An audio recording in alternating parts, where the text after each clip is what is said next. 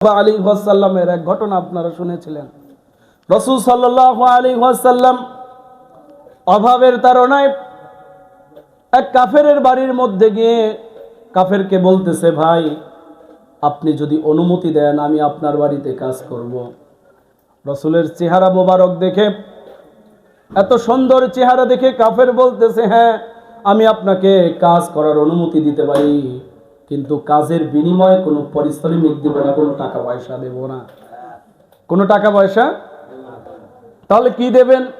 বলে যে আমার বাড়িতে খেজুর আছে কয়েকটা, এই খেজুরগুলো আপনাকে দেব। এই খেজুরের বিনিময়ে রাসূল সাল্লাল্লাহু আলাইহি ওয়াসাল্লাম ওই কূপ থেকে পানি তোলা শুরু করলেন। পানি তুলতে তুলতে কিছুক্ষণ পরেই যে কূপ থেকে পানি তুলতেই বালতিটা ছিঁড়ে কূপের মধ্যে পড়ে গেল। বালতিটা ছিঁড়ে কূপের মধ্যে যখন পড়ে গেল, কাফেররা সহ্য হলো না। রাসূল সাল্লাল্লাহু আলাইহি ওয়াসাল্লামের চেহারা মুবারকে দাম করে একটা চর মারলেন। নাউজুবিল্লাহ বলেন না? চর মারার সাথে সাথে রাসূল সাল্লাল্লাহু আলাইহি ওয়াসাল্লাম মাটিতে পড়ে গেলেন। জমিনে পড়ে গিয়ে রাসূল সাল্লাল্লাহু আলাইহি ওয়াসাল্লাম কিছুক্ষণ পরে আবার উঠলেন। উঠে বলতেছে, ভাই ভাই আপনি যে আমাকে চর মারছেন, এতে আমার কোনো রাগ নাই, আমার কোনো গোসা নাই, আপনাকে আমি মাফ করে দিলাম। সুবহানাল্লাহ। প্রিয় ভাই, আপনি তো আমাকে আঘাত করার সাথে সাথে আপনি তো নিজের হাতেও আঘাত পাইছেন। কাফেরের হাতটা রাসূল সাল্লাল্লাহু আলাইহি ওয়াসাল্লাম নিয়ে এভাবে মালিশ করতেছে আর বলতেছে, ভাই আপনি আমাকে চর মারার কারণে আপনার হাতে কি আপনি ব্যথা পাইছেন কিনা এটা আগে বলেন। কাফের বলল, হায় রে, এরকম মানুষ তো জীবনেও দেখি নাই। চর মারার পর হাত মালিশ করে, এটা কোনোদিন সাধারণ মানুষ হতে পারে না, নিঃসন্দেহে এটা আল্লাহর নবী। সুবহানাল্লাহ। রাসূল সাল্লাল্লাহু আলাইহি ওয়াসাল্লামের এই রকম ব্যবহার দেখে কাফের সাথে সাথে কালিমা গ্রহণ করল। প্রিয় মুসল্লিয়ান ইকরাম, তাহলে কয়টা কাজ করতে হবে বলেন তো? এক, সচ্ছল এবং অসচ্ছল অবস্থায় দান করতে হবে। কি করতে হবে? সচ্ছল এবং অসচ্ছল অবস্থায় দান করো।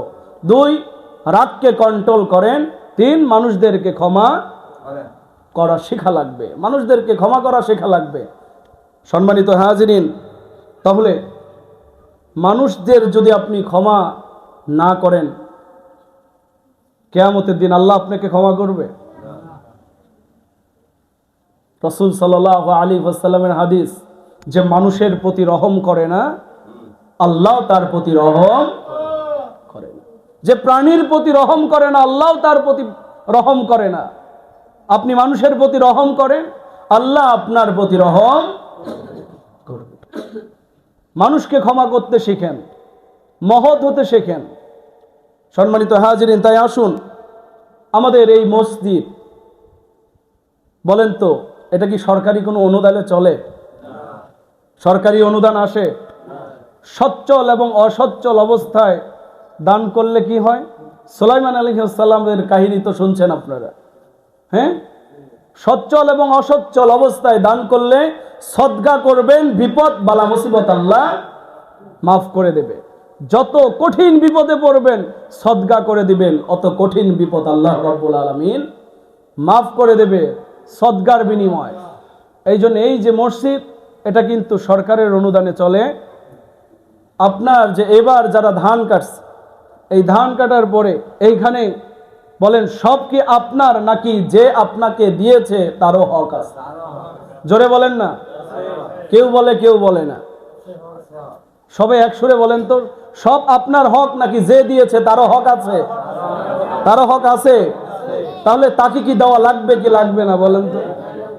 আসুন এই মসজিদের জন্য 1 মুন 2 মুন 5 মুন মিনিমাম 10 কেজি কে কতটুক ধান দেবেন এখন লেখা শুরু হবে ইনশাআল্লাহ। সৎ জ্ঞানে সৎ ইচ্ছায় আমরা বলি মসজিদের উন্নয়নের জন্য। এটা কি ইমামের বাড়িতে নিয়ে যাবে বলেন তো?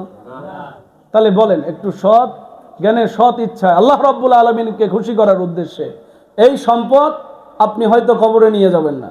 এবার ধান যেরকম হয়েছে, এত বালা মুসিবত, তেলের দাম বেশি, এর দাম বেশি, কত কাহিনীর পর আল্লাহ রাব্বুল আলামিন বৃষ্টি দিয়েছে। কথা বলেন ঠিক কিনা? আর যদি বৃষ্টি না দিত, এই যে এই এত পরিমাণ তেলের দাম আর সিরিয়াল, এইটা নিয়ে আপনার খ্যাত কোনোদিন হওয়া সম্ভব ছিল না। এবার যদি দান না করেন, হয়তো আল্লাহ রাব্বুল আলামিন আগামীবার এর চেয়ে কঠিন আযাব দিয়ে সবকিছু ধ্বংস করে দিতে পারে কি পারে না বলেন তো? বলেন না? তাহলে 1 নাম্বার, ভাই খাতা কলম, আলহামদুলিল্লাহ বলেন না? আরো জোরে বলেন আলহামদুলিল্লাহ। মিস্ত্রি